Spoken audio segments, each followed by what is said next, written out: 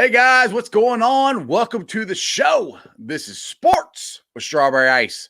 I'm your host, Jeff Trunapole, and as always, I bring you sports from a West Side point of view right here, straight out of Cincy, baby. Home of the Cincinnati Bengals. Now, if you found the show, do me a favor, smash that thumbs up, hit that like and subscribe button, tell everybody about Sports with Strawberry Ice. We are at 776 subscribers. We are on an awesome roll. The Strawberry Ice wave is just rolling right across Cincinnati, right across the United States, right across everybody and anybody who's Cincinnati fans, Bearcat fans, Ohio State fans, all of them. I greatly appreciate every single one of you. Now, this show and every show is brought to you by T Properties. T Properties, quality housing for quality people. Check out their website at www.tpropertiesllc.com for all your rental property management needs and your rental needs. All right, guys. Now, as you know, well, maybe you don't know, but I've had Terry Nelson, Bearcat broadcaster and member of the Final Four team, on my show a couple of different times, and he's going through a rough patch. His mother's house burnt to the ground. They lost pretty much everything. A lot of them are still in the hospital recovering. So Terry put this on his own personal Facebook page. I copied it and put it on Bearcat Country, pinned it to the top. So if you guys can help him out, he would appreciate it, and I would greatly appreciate it. Terry's a very nice man, and he's helped me out. So he's going to be at Extra Space Storage, 2351 Turnhull Alley. I think that's what I'm saying it right. I'm probably saying it wrong, but it's TERHUNEL Alley, Cincinnati, Ohio, 45206. He's going to be there Wednesday, Thursday, Saturday. He's trying to collect donation items, clothes, toys, furniture, sheets, blankets, gift cards, etc. He's got his mother's clothing size, shoes, and all the other members of his family. Because like I said, they literally lost everything. It's posted on his Facebook page, and I just copied the top of the information and put it on Bearcat Country. So Bearcat fans, hopefully we can all come together and help Terry out. All right. JuJU Smith got his bell rung by Von Bell and will not be dancing on anybody's logos anymore. A tweet from Adam Schefter, Squealers wide receiver JuJU Smith-Schuster told reporters this today. For the betterment of myself and my teammates, I'm going to stop dancing on the logos. That's because Bell knocked you to beep out. It was one of the greatest hits I've ever seen in my entire life. It was so cool. For once, as a Bengals fan, a Bengal knocked the crap out of a squealer. And it was a legal hit. It wasn't dirty. It was awesome. I thoroughly enjoyed it. Do it again, Von Bell. Can't do it again until next year, but still, it was awesome. All right, UC News. Coach Luke Fickell is one of 12 semifinalists for the George Munger College Coach of the Year Award. So there's multiple awards coming in for the Bearcats this year. Hopefully they can show up for the Peach Bowl and win and beat Georgia is what I'm hoping. Now, the Athletic named James Wiggins to their first team All-American and Ahmad Gardner to their second team All-American team. Again, getting lots of postseason awards, accolades, all this stuff. And the greatest thing that's happening is Luke is still here. So all this stuff is happening good for the Bearcats. We've had this happen in the past, and then our coaches leave. Luke's not going anywhere yet, which is good. Okay, now let's get into the Bearcat basketball team. I can't remember a season where they've started 2-5 and 0-2 in our conference. I mean, I know it's a rough start. We got 7 freshmen. We didn't have any quote-unquote preseason. We rolled in second game of the year. Xavier, yada, yada, yada. But every team is doing this. Now, Keith Williams, he had himself a game. He had a double-double with 19 points and 10 rebounds. Now, one thing I was saying is in the Tennessee game and in the South Florida game, we got out-rebounded. Well, not this game. The Bearcats actually out-rebounded UCF. The problem is they turned the ball over 19 times for 26 points. directly to 26 points. And they lost by 5. You turn it over, I don't know, 5 less times, you probably win the game. And I know what Brandon's trying to do. And I really, it's going to work. It's just taking a little longer than I thought it would. The up-tempo motion offense and everything, it's going to work. He's got the right guys to do it. But a lot of new faces, freshmen. It's just not happening right now. So anyway, we got JuJU Smith-Schuster not dancing on the logo, Bearcats and the Georgia Bulldogs. And then we got the Bearcats basketball team. So with that being said, I'm going to bring my boy in, Jeremy D. What up, brother? What's going on, man? How you doing? Oh, just living a dream here on a YouTube channel in Cincinnati, Ohio. How's your day been? I've been all right, man. You know, I loved to see JuJU. Maybe he was listening last night. Maybe he caught the end of the show. I don't know. It was a nice Christmas. It was a great Christmas present. There's a shirt that a shirt company here makes called Cincy Shirts, which giving another free plug on the show. But they have a shirt that I have got to get. It says, "When you TikTok, we knock." It's got Bell blowing him up.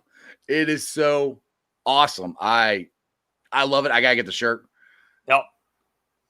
Crown, what's going on, brother? What's up, Crown?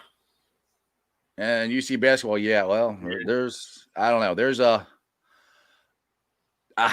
they fixed the rebounding, but they've got to stop turning the ball over.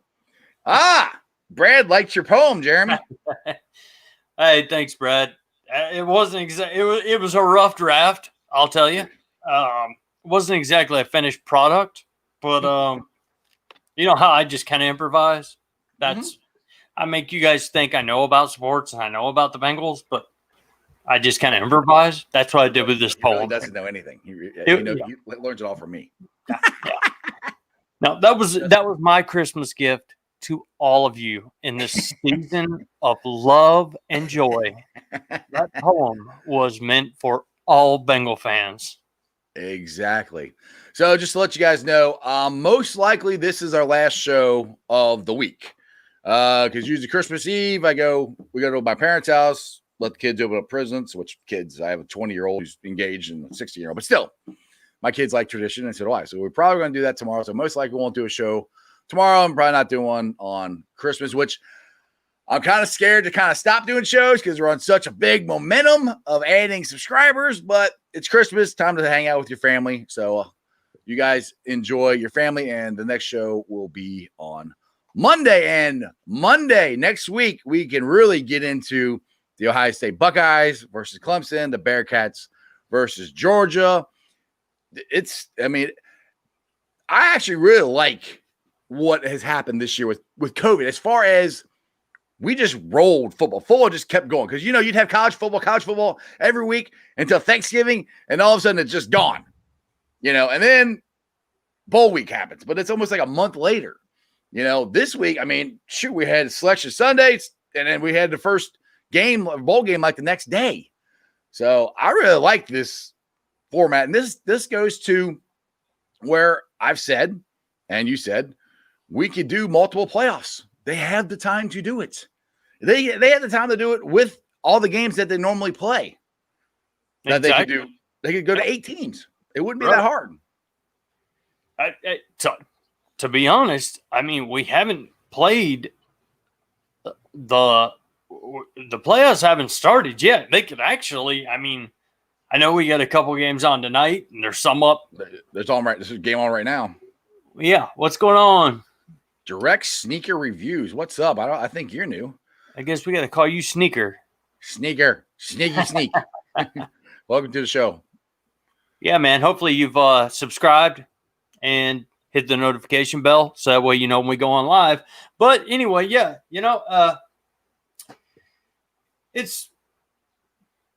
we've got the playoffs coming up. We still have all of our main teams that haven't played yet. So, they could still change the rules. They could still maybe, switch some things around. Are they going to? Doubtful. Yeah, exactly. All right. Well, the title of the show is are you rooting for a Bengals win or are you okay with them losing? Keith is, it's not in me to hope the Bengals lose. Me neither. But it's most important to improve so that carries into next year. That Keith, I feel you, brother. I am the same way. I can't root against them, but if they lose, I think this pretty much would lock. I said this last couple weeks, but I think this will lock up the third pick because let's just say they win, and then they lose next week to the Ratbirds, and then Houston wins. We're still, or that Houston loses. Sorry, I think we're still above them because of that stupid tie. I think that makes us the fourth pick and not the third pick. So it's good. Yeah, you're exactly right. That's what I've been telling everybody throughout the day, saying, hey, what's happening now that we won? Well, what happened now is if we go out and play like this against Houston, we're going to whoop that ass. Yeah. And then we're going to be at the 4 pick. And then what do? Is Jamar Chase there? Do we take a luxury pick? Do we move back and take needs? Right. But like many of the analysis have said, there's nobody out there that's on the same level as the dude out of Oregon, Sewell or whatever. So you take the luxury pick or do you move back for extra picks? That's going to be a tough call for Tobin, Blackburn, and Mike Brown. Look, the Bengals, the players, Zach Taylor, they're going to try and win. They're not going to try to lose. This is Direct Sneaker says we must beat the Ravens to lose to the Texans. Well, I mean, if you do that, I think that locks it up. But I mean, I didn't think we were going to beat the Squealers, so I don't know if we can turn around and beat the Ravens because they're not going to sneak up on anybody with the run play option. And I don't know. Zach said today in his press conference that he hasn't said who's starting the quarterback. My personal opinion, if Brandon Allen is healthy enough to start, that he's going to start. Yeah, they came up with a great game plan in the first half for Finley. He's good for a couple decent passes. Other than that, he throws over the middle so much, interceptions. He's not that mobile whatsoever. No. That run was kind of a mirage, if you would say. I don't think you can do it back-to-back weeks. I can't see that. I mean, you're not going to see him running for 30 yards. I don't even care next week for Texans or whatever. 30 yards down the field with nobody behind, and he just walks into the end zone. It's not going to happen with Ryan Finley. right. Brandon Allen, different story. But hey, Finley did get the win. Give the kid his due, whatever. Yeah, and exactly. I loved it. I mean, he made throws when he had to, which was surprising. I love Bell knocking JuJu's, block off more than anything. Awesome. That was awesome. Even in Chad Johnson's era, if you think about Chad Johnson, he had his cornerback list in his locker. Yep. Going to beat this guy, going to check mark this guy, check mark this. Mm-hmm. Well, he didn't always follow through. He came up with all these crazy games. He didn't always follow through with it, and then he didn't always play very good. Yeah, and then he get mad at the other guys. Exactly. To play their best game against them. I think it backfired on Chad most of the time. It did. And then he would be upset after the game. But Von Bell just simply put out there, if you dance on our logo, I'm going to be looking for you on the field. Right. And it was probably the first time ever that a player has done that and then had the chance to back it up. And I loved it. Did you see Von Bell's interview? They're like, what did you see, on that play? He just smiled, 19. I'm like, yeah. He just saw him. His eyes lit up and he went after him. It was awesome. Not only blow him up, but make him fumble, baby. Right. I'll give a couple shout outs here. Steve Logan, what's up, man? I think you're new to the show. Welcome, Houday. And Direct Sneakers, you said you've watched the show quite a few times, but first time you're commenting, so appreciate you. Comment anytime. Now, hold on, Tony. I'll get you up in a second here, man. Tony's in the waiting room ready to join Uncle Tony. Uncle Tony's in the waiting room. All right. Yes, sir. All right. Direct Sneaker says, do you think they can scheme better around Finley or Allen? That's a very good question. But I'll put it to you this way. I think the last 2 weeks, what Zach Taylor has done with the two different quarterbacks has been a very good coaching job. I mean, Brandon Allen he threw the ball a ton, but he can throw it. Finley really can't throw it. And if Allen hadn't gotten hurt, they would have scored a couple more touchdowns, So scheme-wise, they did a better job with Finley because of, they tricked him. They weren't ready for that. But to me, I think if Allen is healthy, you got to go with him because I think he gives you the best chance to win. Yeah, he's mobile and he can throw the ball. But just to follow up on that really fast, really quick here. Yeah. Neither of them need to be a backup next year if Burrow is not there for the first game. If you get where I'm going, right. We've got to get somebody that can win games just in case it's 4 games without Burrow, 2 games, 6 games, whatever. I don't think either of the two of those guys are going to keep us above 500 until Burrow would come back. I'm playing devil's advocate, if he isn't back. Yeah. Next year, no matter what, they got to get a better backup quarterback. Now, Chris Bengal, I love this comment. Top Gun is one of my, if not my favorite movie ever. So if I'm the Iceman and he's Maverick, that makes Jeremy D. Goose. Great balls of fire. Ah. And my Iceman brethren over here, I said, bro, you the Iceman. He said, I'm what?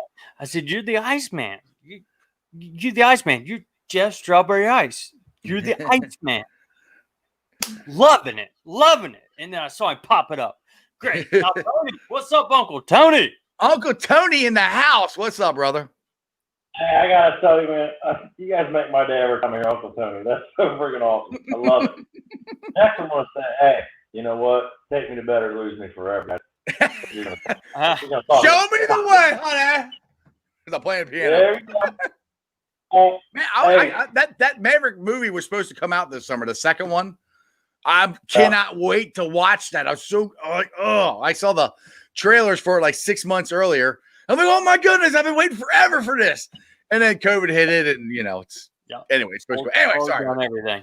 Yeah. I hope it's a good movie in the making, man.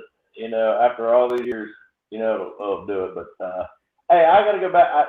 I wasn't able to get on yesterday. I had some issues going on, but I did watch the show today. A lot of good points on all kinds of stuff, but just kind of going off today. If you guys paid attention the other night to the actual game, what the announcer said, that Joe Mixon should probably be coming back soon. I want you guys' opinion on that. Do you really bring him back? No. I mean, you got 2 games left. No. I mean, why would you at this point? If he's coming off that long of an injury and he's been off for so long, we don't want him back. I love Joe Mixon to death. He's a badass, but why bring him back now? No. Well, Zach Taylor. Yeah, Zach Taylor got asked that in the press conference. Mixon is not playing this week, so I don't see him coming. If he's not, Zach already ruled him out for this week. I don't think he's coming back. He's not playing the last game of the season. I don't think. Personally, I think he probably could have come back last game if he wanted to, but he probably wanted to, but like you said, Uncle T, there is no reason for it. There's just no reason. Yeah, there's no reason to risk it. I wouldn't see the point right now, to be honest with you. There's no point. If he's got an injury that's lasted him that long to be out this long, why? There's no point. Right. I mean, Gio's doing his thing right now, good or bad, but you know what? In there, they're just squealers, which was a good thing. But, man, they're not going to do much more after this. So, I mean, why bring people back off injuries? Yeah. just for 1 or 2 games, let him heal the rest of the year and get back into it next year. Right, Exactly. just to take a chance to get injured again. Now, it's not worth it. It's not worth it at all. Exactly. Direct Sneakers got a question for us. What is your favorite backup in the free agent market right now? Well, I'm trying to think. I mean, I don't know. Now? Right now, there isn't anybody, but I mean, I think he means the upcoming free agents. Yeah. I mean, you got probably Marcus Mariota. You got Jameis Winston. I think Fitzmagic. Just about. What was that? Fitzmagic. I was saying Jameis Winston's the one I've heard about maybe signing with them, but I've I heard don't know Cam Newton. Oh God, no! I don't want Cam Newton. Yeah, You know, I'm just saying. No, you're right, but now he would not be one. I mean, well, Andy Dalton would be one. He only signed a 1-year contract with the Cowboys. So, I mean, to me, what scares me about Winston is he has to be prepared that when Joe Burrow comes back, he's not starting, you know. So, which he's went through that already in New Orleans. So, I think he's going to be looking more for an opportunity to win a job, you know. So, I don't know if he would be the guy to come here. Andy Dalton, I mean, I've said we could bring him back as, you know, cheaper and a backup. Fitzmagic, you know, I think he's made a whole career out of being that guy, you know, the placeholder till the starter comes back. I mean, he's the perfect guy in my opinion. But I mean, Andy Dalton will be good too. I don't know. What do you guys think? I could see Fitzpatrick coming back just because, like you said, Jeff, that's kind of been his career. Right. The backup, coming and doing whatever. Right. But do you really think Dalton would come back? I don't know if he would, man. Unless he's got no other options. I just don't know if he would actually come back. Who, Fitzmagic? No. I could see. I'm saying Dalton. Fitzpatrick. Oh, Dalton. Yeah, I don't know. I don't know if Dalton would actually come back. Yeah, I don't know. I don't know if he would or not. I mean, it's hard with Dalton when you think about it because, you know, he hasn't played horrible for Dallas, but he also, you know, I don't see another team jumping up and down to try to get Andy Dalton to start for them next year, you know? Yeah. So and guys like Mariota or guys like Winston are going to want to go places where they have a chance. They might have a chance to actually start sometime. I mean, now you would have a start if Joe's not ready by the beginning of the year. I personally think he's going to be ready game 1, but you still got to have a backup quarterback just in case. So that guy has got to have the mindset that I'm not the starter when Joe comes back, no matter what. So when you have guys like Winston and Mariota and stuff who want to start, that's their goal. I don't know how that does with team chemistry and stuff like that. I just think people like Winston or Mariota or, you know, people like that, I just think as coming as a backup, waiting on Joe Burrow to come back, I think that's a lot of money for backup for those guys. I think Fitzpatrick would be a good deal to him because I think he would take less money to do it because that's what he's always done.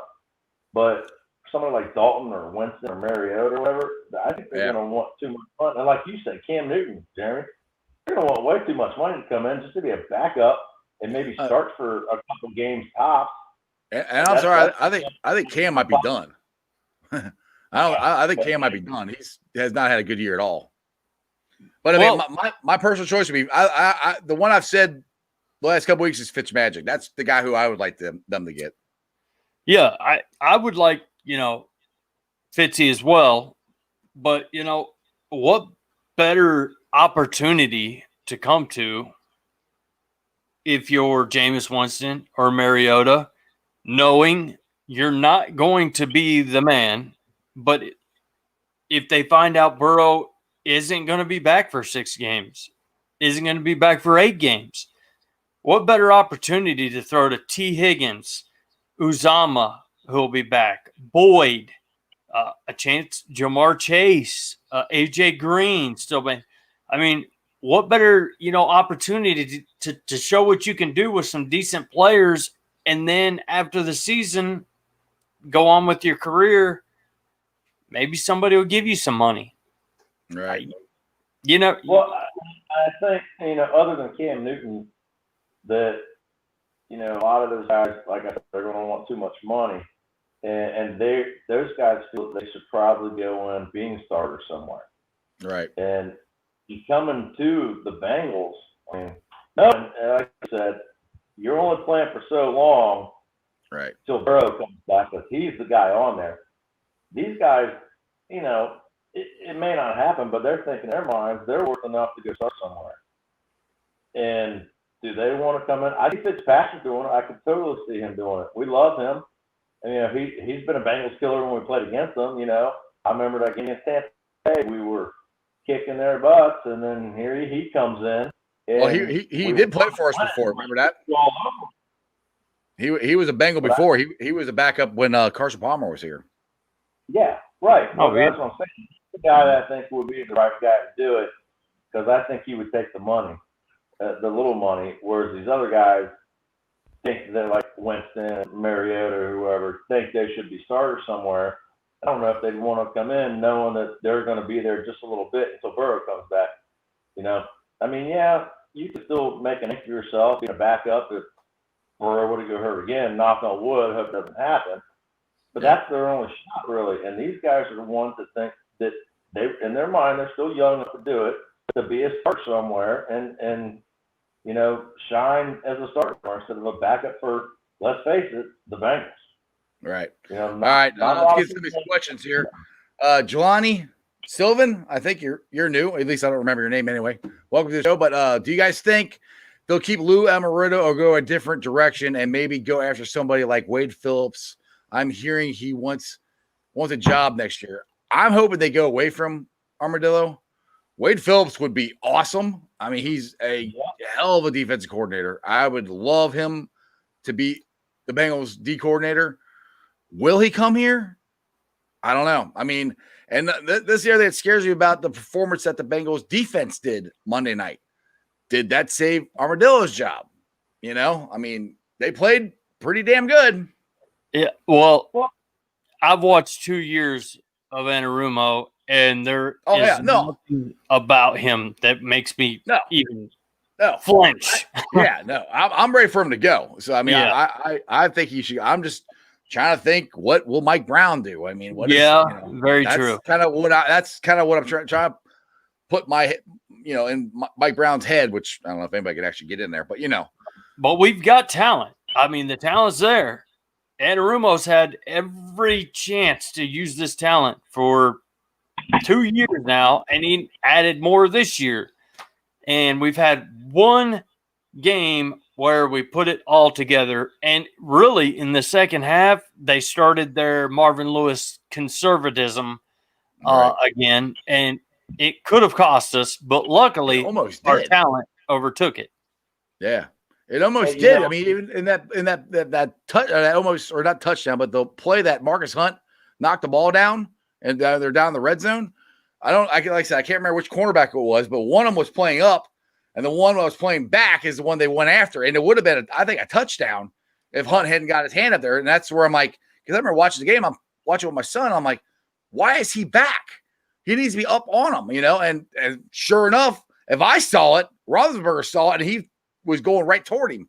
So that's where, that could have been a catastrophe.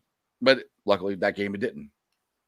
Right. I'm going to say what you just said, Jeremy. I'm going to go with you on that.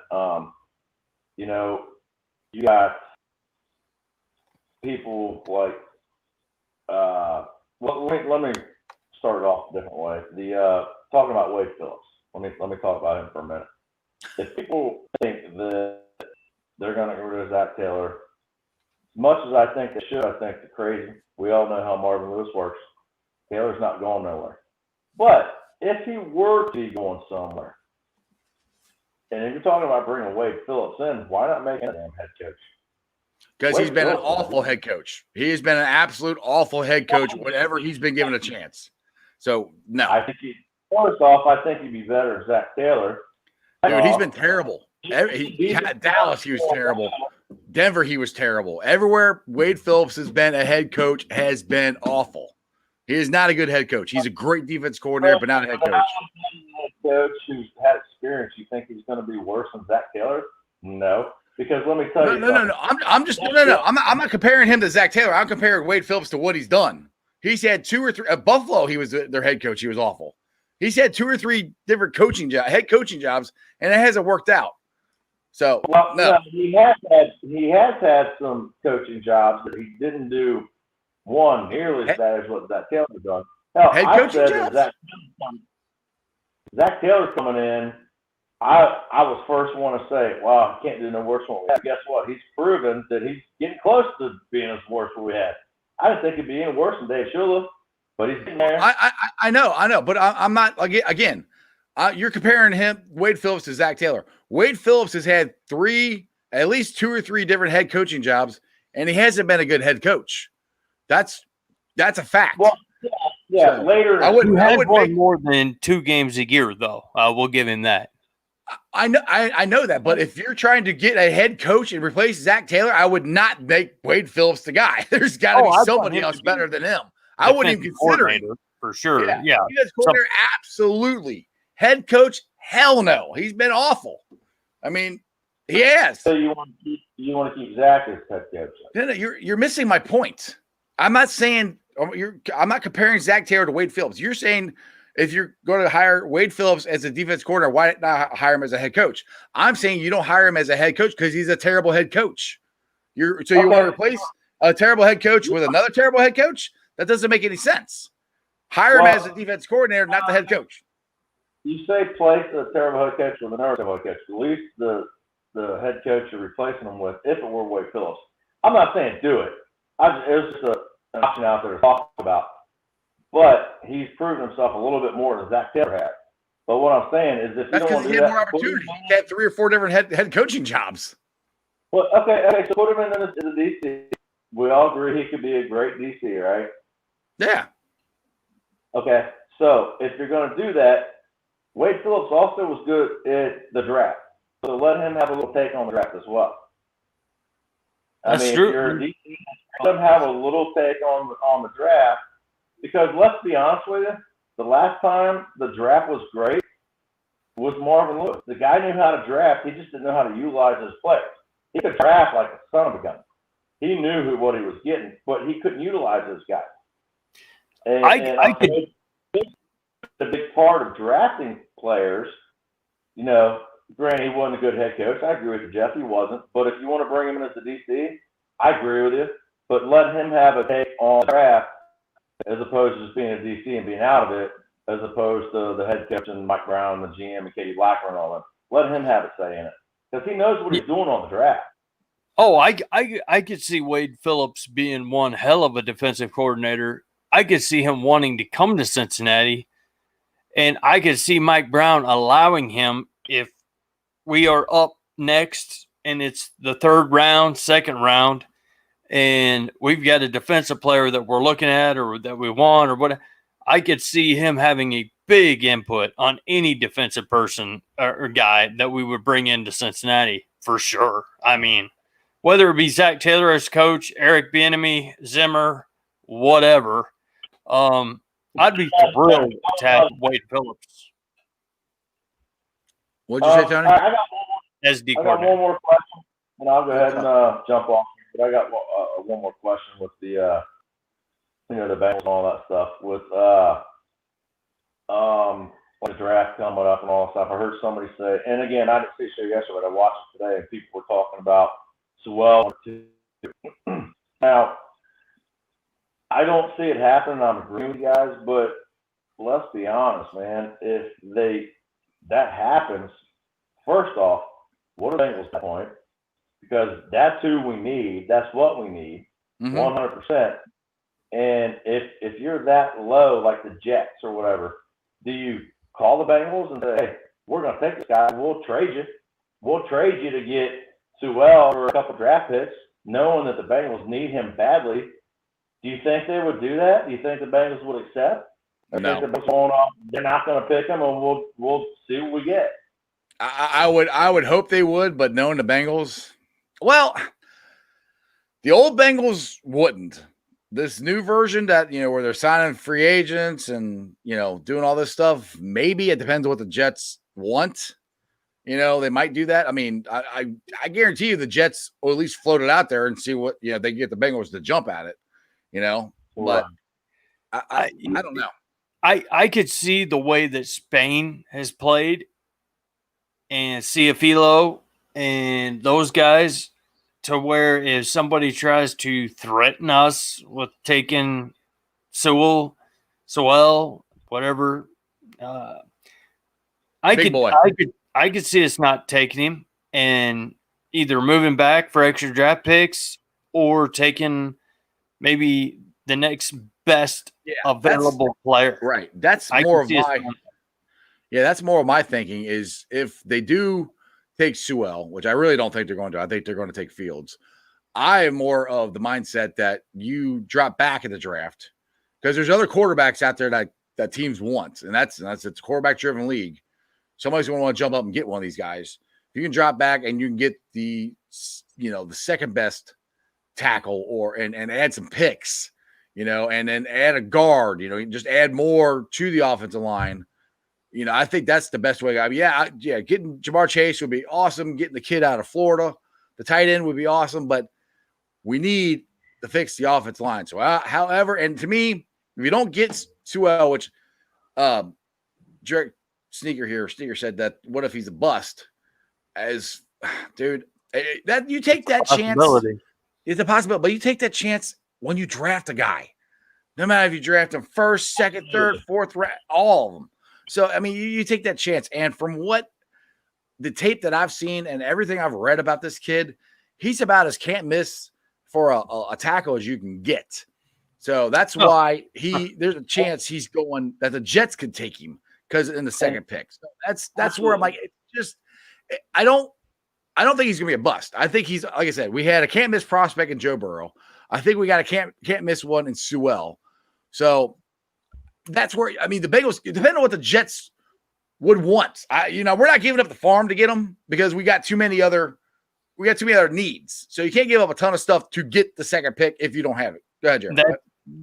That's where I'm getting at. And that's where I kind of understand where I guess Sneaker was the one that made that comment. It's coming from. Yeah. Because my God, if anybody knows, the Bengal fans know.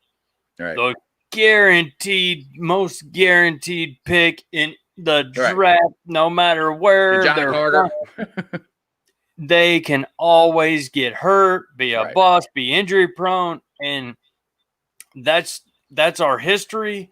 I'm not saying that he's going to do that or be that way, but it's never guaranteed. And how much have we seen this guy play? Yeah, that's with anybody you draft. And Sneaker says that's because he opted out.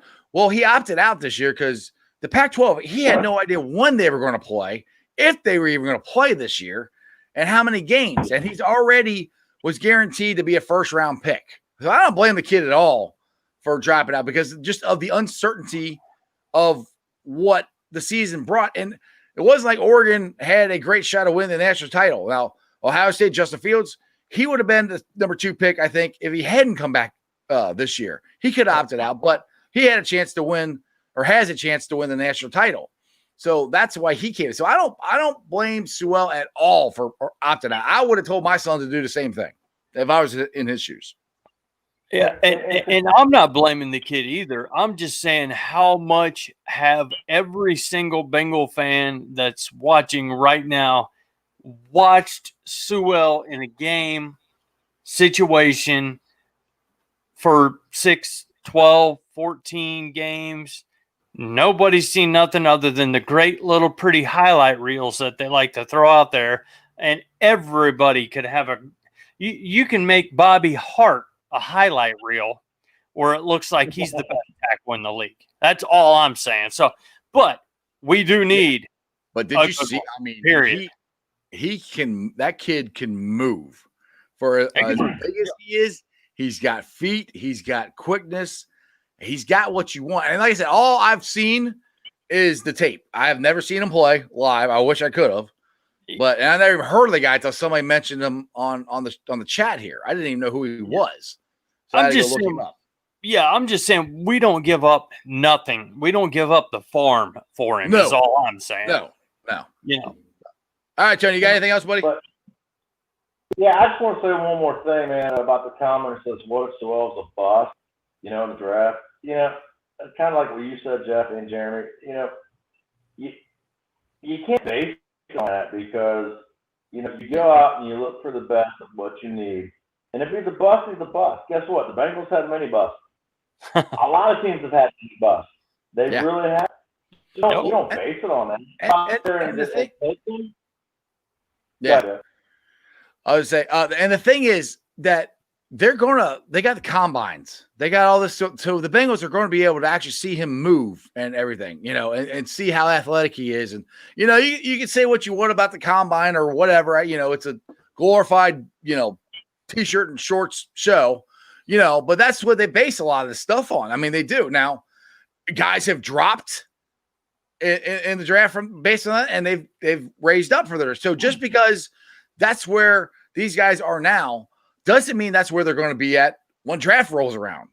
I mean, look at Smith for the Bengals. Not Alex Smith. What the linebacker, not the offensive lineman we drafted from Alabama, that broke his foot. Andre Smith. Thank you. Before the combine, he was ranked as the number 1 offensive lineman in the draft. Then he took his shirt off and ran to the combine and he dropped, so it could happen to Sewell. I don't know. So it's December. It's almost, we got this. The draft is until April, May? Yeah, we got a ways to go till any of this happens. So lots of stuff can change between now and then.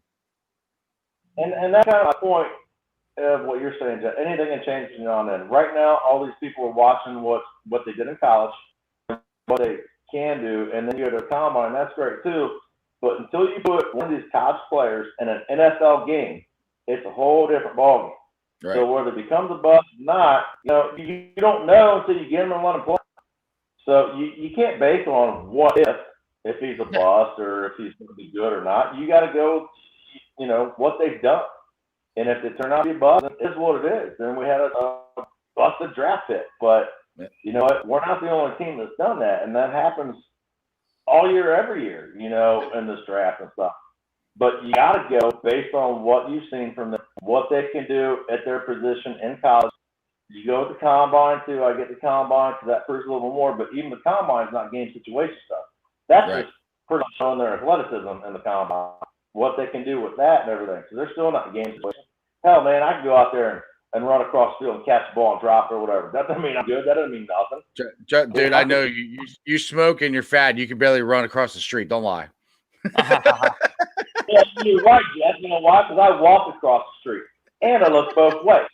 But that's what you'll get out of me. What I'm saying is don't base something and worry about it being a bust. Every team has it.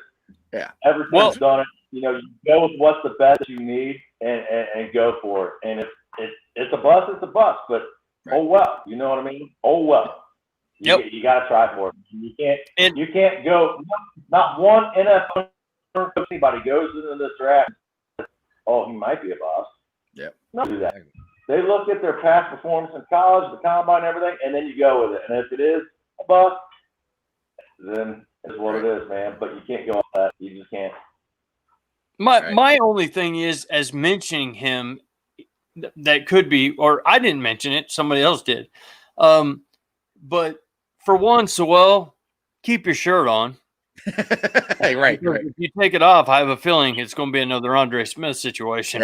Yeah, pretty much. And for two, we've got to take our needs. The only thing that I agree, who brought up said he could be a bust, which anybody can be a bust. Anybody. Yeah, that was sneakers. Jamarcus Russell. I mean, come on. But anyway, yeah. So, all right. On that note, Tony, I'm gonna let you go here because I got the chat blowing up. I gotta get to some of these questions here. But as always, I appreciate you, brother. I see something, I'll hop on again. Like, y'all take care. If I don't see you, have a Merry Christmas, guys. All right, Merry Christmas, Uncle Tony. Merry Christmas, Uncle Tony. See you, brother. All right, now, because The chat's blowing up, so I gotta try to get some of these people are taking time to comment here. Bengals report 1. Yeah, the Bengals could get Chris Avile and maybe the second round, also a solid wide receiver. Yeah, I just, like I said, just say God forbid the Jets take Sewell, which I just don't see the Jets doing that. I just don't. I mean, I don't. They need a split. That's New York. They need a splashy pick. The Jets fans are pissed off that they're not getting Trevor Lawrence right now. They are beside themselves. So then you think they all want a quarterback. So then you think that fan base is going to go, oh, great, we got Sewell. Awesome. We still have a freaking quarterback. you know, so that's where we got a line, but we don't have a quarterback. Right, exactly. All right, Chris, a couple people said this. Marvin Lewis is maybe getting the head coaching job for the Houston Texans, which there's a report. Marvin's going to get our head coaching job. Yeah, I mean that's cool. I mean, Marvin's a good head coach. I wish him luck. He's probably between him and Sam Weiss are my two all-time favorite Bengals head coaches. So that's I mean, Super Bowl and playoffs. Right. I mean, Marvin Lewis got us to where we went to 5 straight playoffs, and Marvin's problem, and this is what drives me nuts when people always blame Andy Dalton for the 5-year run with no playoffs. They always blame him, which it is probably his fault. But Marvin never won a playoff game. Never. I think we went to 8 when he was here. I think 2 or 3 with Carson, and then 5 with Andy. Yeah, and good luck. He's going to another bad team. He was with a bad team. He built us up to make us a playoff contender. Problem is I use the word contender and not winner. So, if he can do something with that team, he does have pieces to work with. Deshaun Watson, J.J. Watt. Well, so, maybe it'll work out different for him there. But as for Cincinnati, no matter how much talent we had, no matter how many great drafts we had under Marvin, we couldn't win a playoff game. And when you can't do that, you can't keep coaching for the same team. We couldn't win in prime time, and another thing, they would blame Andy for that. But it was a Marvin thing. We didn't win in prime time a lot. Now, one thing that was awesome about winning the other night, it was in primetime Monday Night Football, and we won. It was great. Which Andy was known for those pick sixes, those comeback routes. He didn't throw exactly as strong as he should, and they'd take it back to the house or throw it in a defensive lineman's hands, and he would run it back for a touch. So, you might could put Andy in there a little bit, but I'm with you. Yeah, Marvin. It is Andy's fault, but get us over the hump, man. Yeah, it's also Marvin's. All right, Keith, there's been film study on Sewell. If Sewell's talent happens to be close to Munoz, then you have to draft him. If we trade down for more picks and Sewell turns to be the next Munoz, I don't know. Yeah. The only thing what I think Tony was saying, or whoever said it, well, the only reason we trade down is if the Jets take Sewell, or at least come at the Bengals and say, we're going to draft this guy if you don't trade with us. Yeah. And that's where, if the Jets are smart, they do that because they can get more draft picks, take our pick, and still get Fields if they want to. If they're really dead set on doing that, and Bengals can call their bluff and say, go ahead. But that's what I can see Mike Brown doing, is that exact right there. Yeah. They go ahead, do it, and then we lose them. Go ahead, take. Not going to. What are they know in New York, especially during COVID, they're losing billions and billions of dollars. They've lost hundreds of billions throughout this year and all kinds of different things I won't get into, but they need somebody that's going to get fans in the stands next year, and Peni, Sewell, or whatever. He's not going to be the guy to do it. No, and if we called their bluff, he wouldn't. They wouldn't. They're not taking him. But if we get him and he is the next Anthony Munoz and he's as good as they say he is, and that's all we do, I mean, because I really – and Zach Taylor got asked this in the press conference about Spain and Serafia at guards, because I think this week they're going to have the same starting line for once. of how good they are. And they asked Zach, do you think you're set at guards for next year? And Zach kind of laughed. And he's like, we're concentrating, on this week and all that, that we're not worried about 2021 just yet. But in my opinion, if I still think they should get guards, don't you look at me like I'm crazy already. I'm not saying that they're set and they shouldn't do this, but if you can't get a really good guard in the second round or whatever, get guards. If Wyatt Davis is gone. If Wyatt Davis is gone, yes. Okay. Yeah, if Wyatt Davis is gone, which he might, dude, there's a very good chance he's not going to be there. There is.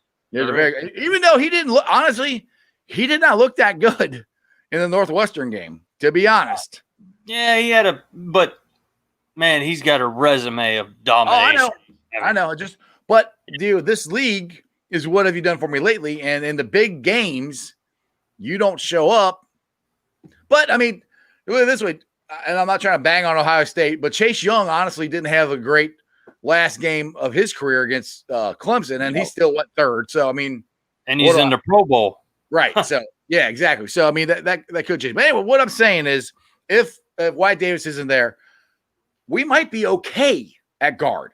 But you put Sewell at left tackle and those guys in there, and Jonah Williams at right, and Hopkins is your center. I mean, we're not that far away from fixing this offensive line. Losing Seraphilia at the beginning of the year was a bigger blow than I even realized.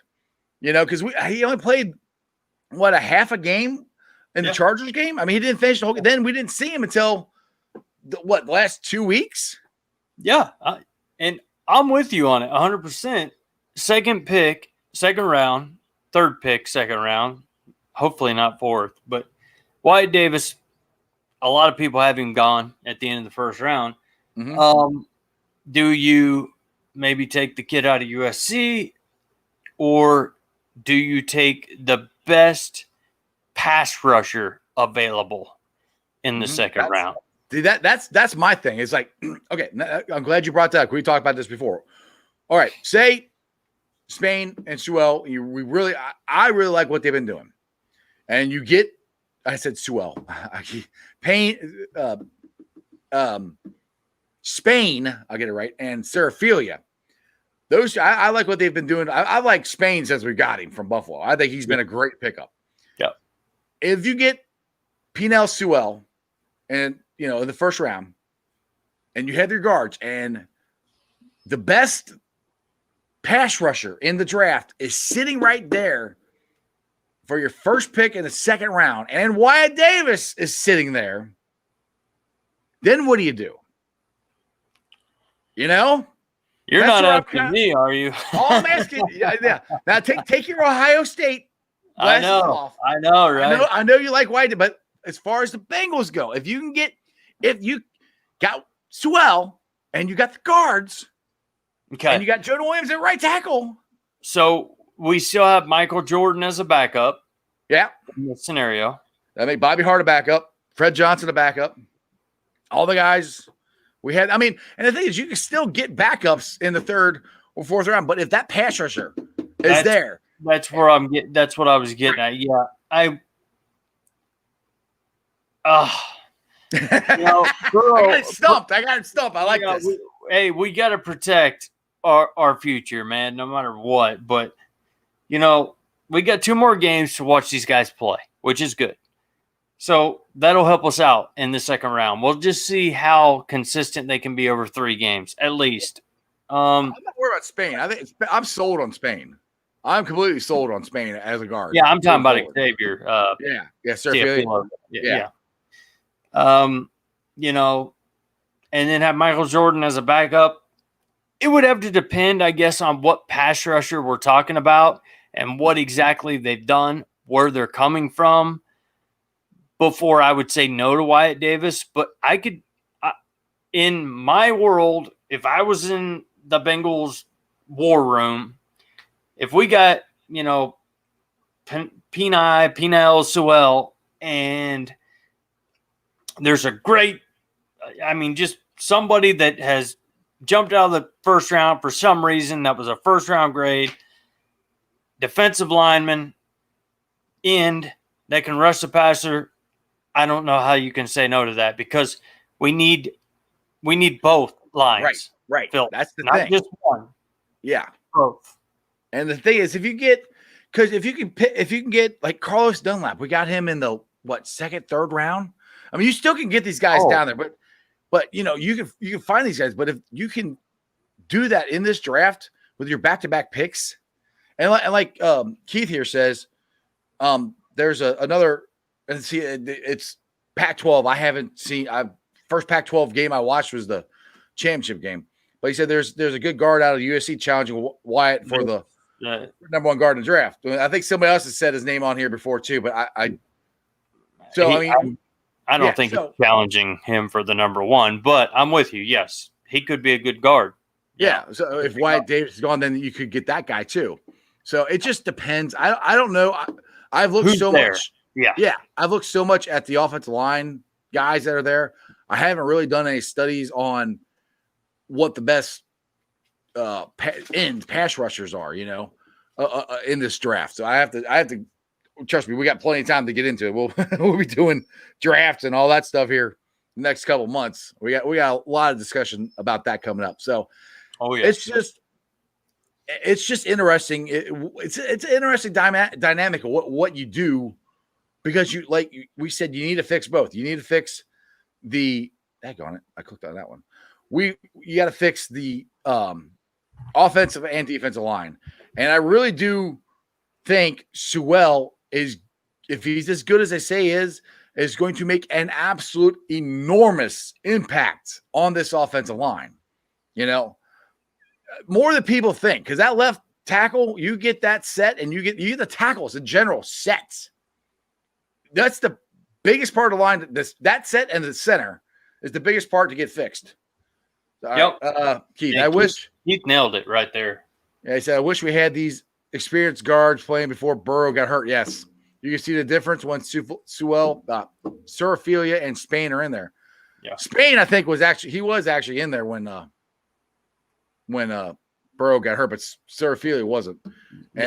And because Michael Jordan's the one that got blown up when he got hurt. So right. They didn't have that continuity. There wasn't. Yes. Yeah, we were just sporadic. And that's the one of the other big problems with the line this year is they haven't had the same guys next to each other. I mean, more than 2 games, maybe 3 games. And Hakeem, what about him? He's a backup too. I think he's a good. I mean, yeah. So I mean, that's again, it's like the guys we have aren't starters, except for I think Surfie and Spain can be a starter, and Jonah Williams and Hopkins. Those are our starters. You gotta get a left tackle. So those are your starters. Everybody else can be backups, and they can be all right backups. Yeah, I mean, get that left tackle and a guard. Even if we took a guard in the 4th round, we've got to get another guard. Michael Jordan. If he's got to come in and play for say 6 games, I'm not excited about that. I want to have somebody, Bring that up. That's one thing that does scare me about Wyatt Davis, just for what the Bengals have done with Ohio State linemen here lately. Michael Jordan hasn't been all that great. Billy Price has been an absolute bust. And they are both high-level offensive linemen coming out of Ohio State. Now, I'm not saying that's going to happen with Davis. No. But those are things – I mean, but Price was the number 1 first-round pick. He's been a complete bust. Yeah, so. The difference is, though, you can tell the difference between Wyatt Davis and Price. Price is a center, so of course – but, and then he's been moved around, and he's not good at anything he does. That pick was wasted.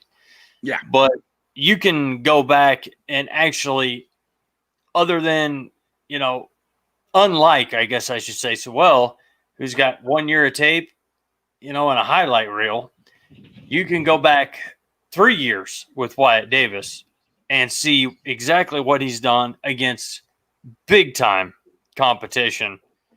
And I don't see him being a Billy Price whatsoever. But we'll see. You never know. It's the draft. That's why it's a draft. Right. All right, Chris. This is I don't see how you're seeing this at all. Sewell will come to Cincinnati, and Trevor Lawrence will go to the Lions. How will the Lions get Trevor Lawrence? I mean, if Jacksonville doesn't pick Trevor Lawrence, then I guarantee you the Jets will. He's not getting Jackson. The Lions don't have the first pick. They got they're below us. So I'm not sure how you think. I love you. Love your comments, but I'm not sure how you think Trevor Lawrence is going to the Lions. No, unless he's thinking of some big time trade. The Jaguars are not trading that number 1 pick. The Jets, if they get it back, they're not trading it. No. Lawrence, she says trade. There ain't no way, dude. There is no freaking way that the Jets or the Jaguars are trading. If whoever has the number 1 pick right now, it's Jacksonville. There's no way they are trading out of that pick. I mean, Trevor Lawrence as a lock of a number 1 pick as Joe Burrow was last year.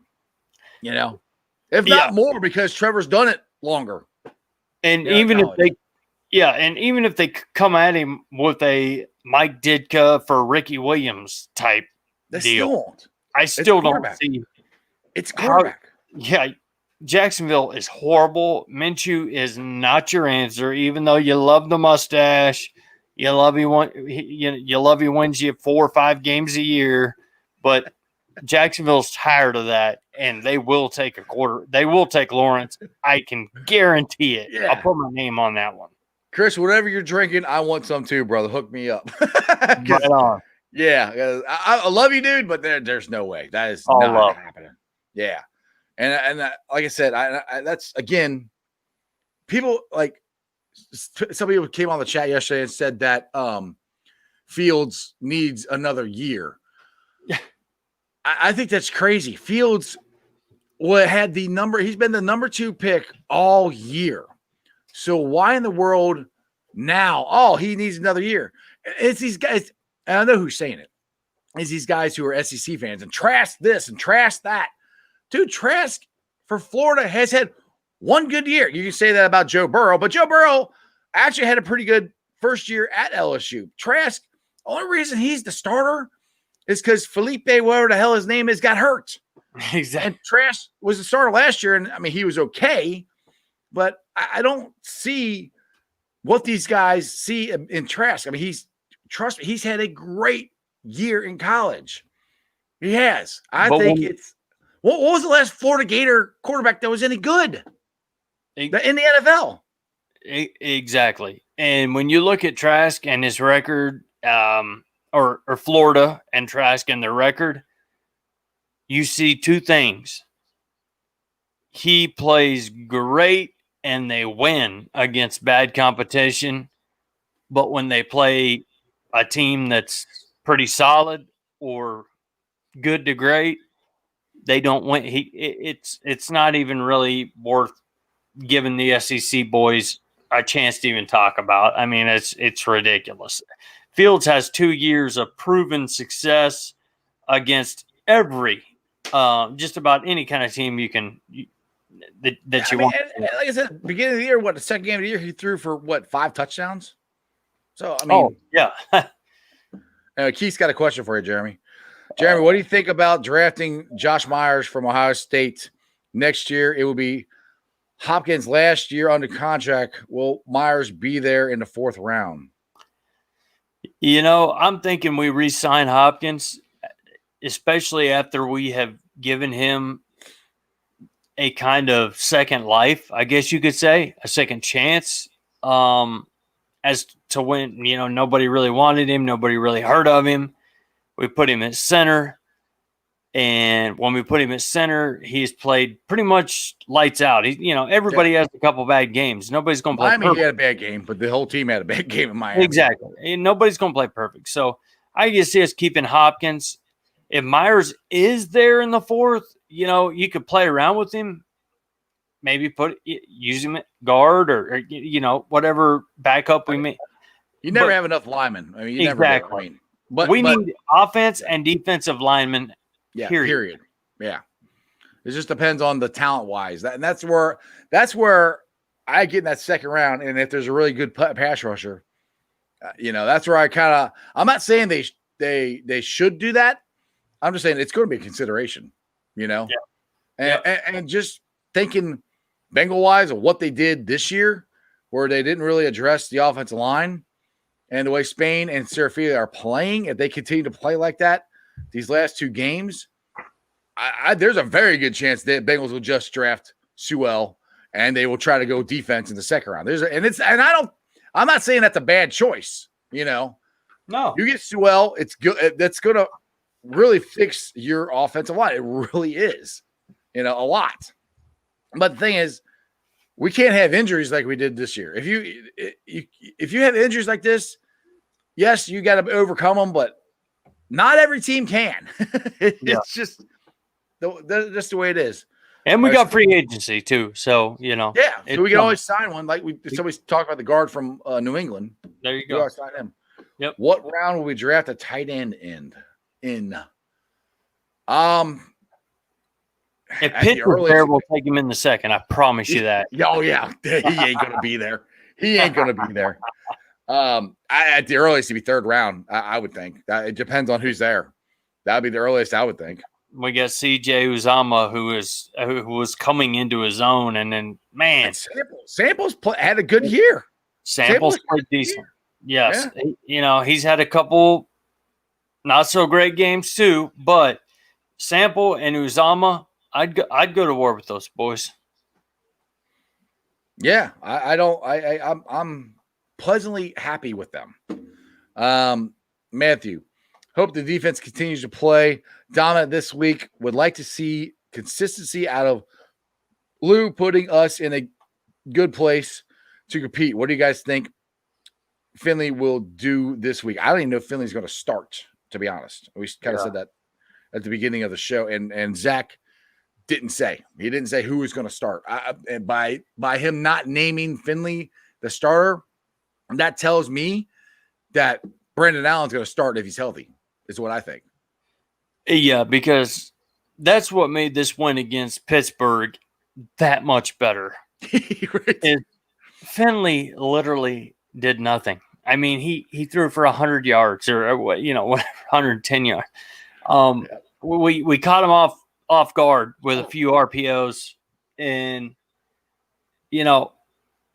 that's just what made the game so great. Is they were trying to win the division to beat us. That's all they had to do.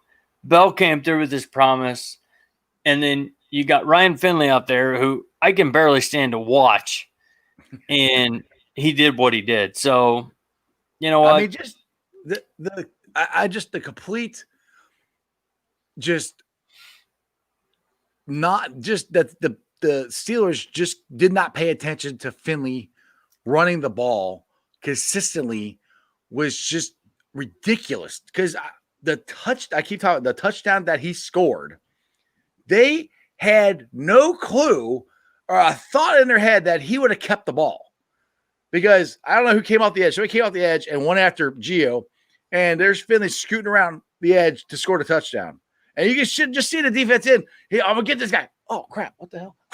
Finley just and that's the same. They ran the same play. I mean, it's a different variation of it twice and back-to-back plays. And the Steelers could not or just didn't think Finley was going to do that. So Houston knows if Finley's there, that could be the game plan. It's not going to be as easy. J.J. Watt will be there to step up for his brother because we kicked his brother's ass last week. And it won't happen again. I mean, Finley can't run, period. Right. But catching people off guard, we all can run. Hell, I can go outside right now and run down the street, okay? So that's what Finley did. And we caught him off guard with the RPO. They were all over the place, wondering, wait a second, what's going on here?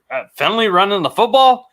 And the guy runs at 30 yards for a touchdown and doesn't really get touched, so it's not going to happen again that easy. No. And the thing is, the hits that Finley took, you can't put any quarterback in that position and take that many hits every week. He ain't going to last the whole game because that's what there's a couple times Finley.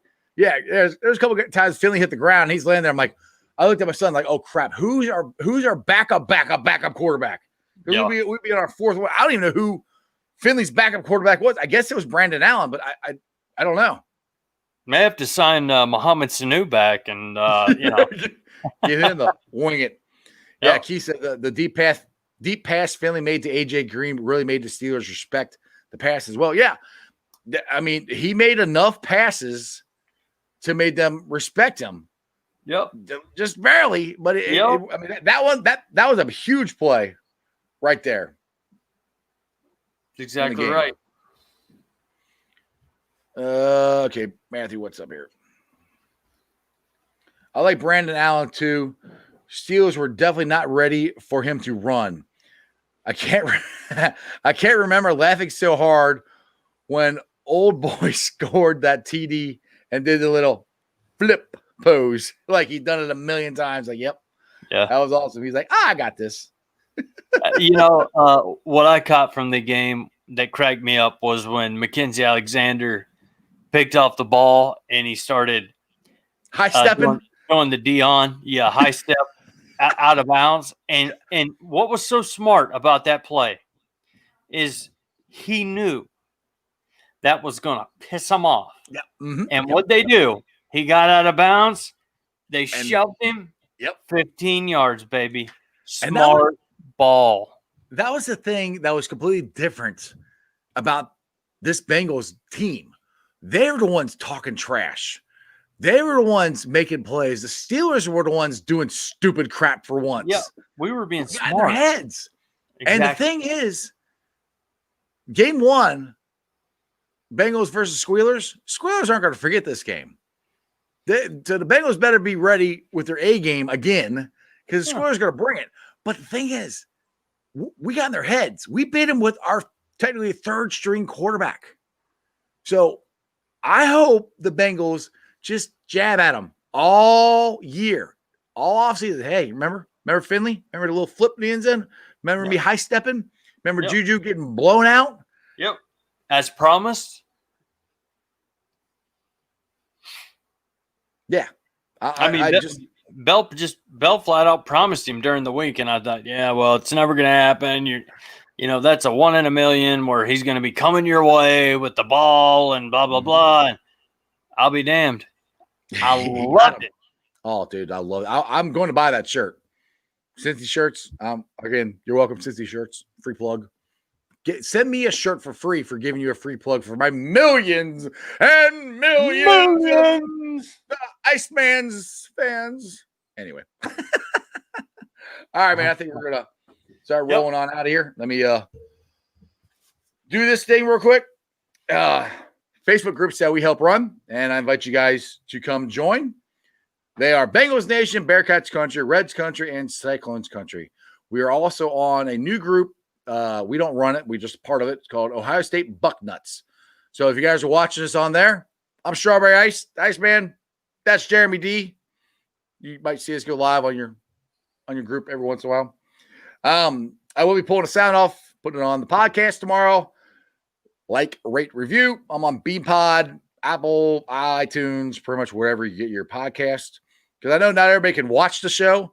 So if you want to listen to it during the day at work, or if you're working at night like I do, you can listen to it then. Whatever. Follow me on all my social media platforms, all under Sports with Strawberry Ice. I'm on Facebook, Twitter, and Instagram. YouTube. Like I said, we have been on such a roll this week. We've added 11 subscribers since Sunday. Well, it started Sunday. We did that impromptu video or live when the Bearcats and Georgia was announced. And since then, we've added 11 subscribers. So I greatly appreciate all of you guys. Let's keep it rolling. We're 226 away from 1,000 now, if my math is right.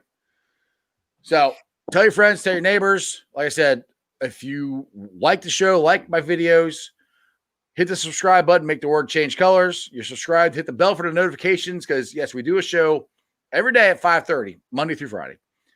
But weekends, something happens, we can go live.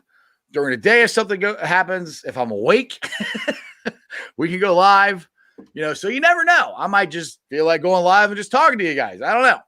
I might have something cool to say, some 2-cent rant or something. So Hit the notification bell because you never know when I'm going to go live, except for 5:30. You know then. Now, just to remind everybody, we're not doing a show tomorrow. We're not doing a show Friday, so we will see you Monday. Everybody have a Merry Christmas. And Jeremy D, you do me a favor and help us roll on out of here. You got it, buddy. And I want to remind everybody as well to join the Ice Bar. Any new people that maybe have just joined, it's a page on Facebook. Very simple. The Ice Bar. Click on request. Basically a show page. Basically a show page. Just for all the people watch it. Me and Jeremy to do silly stuff and just have fun with it. We throw our, it's not for kids, but Uncle Tony's on there a lot. Yeah, there you go. And we have a lot of fun and put out different stuff just to keep up with you guys and answer questions, whatever we can do. So I just want to remind everybody to go over there, jump on the Ice Bar if you haven't already on Facebook. Exactly. But like Jeff was saying, make sure you definitely subscribe right here, Sports Strawberry Ice on YouTube. And as always, until Monday, I want to say Merry Christmas to everybody. We'll see you before the new year. Oh, yeah. We got shows next week. Yeah, actually, we'll see you for then. So Merry Christmas. But as always, like I said, remember one thing. I don't have a poem. I don't have nothing going on tonight. But you guys got that last night. So, as always, remember, you don't live in Cleveland. You live in Cincinnati. Keep watching. Tell your friends. Let's make next year a bigger year than this year.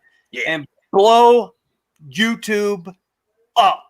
Hooday. Love you guys. Hooday. And that's just sports, baby. See ya!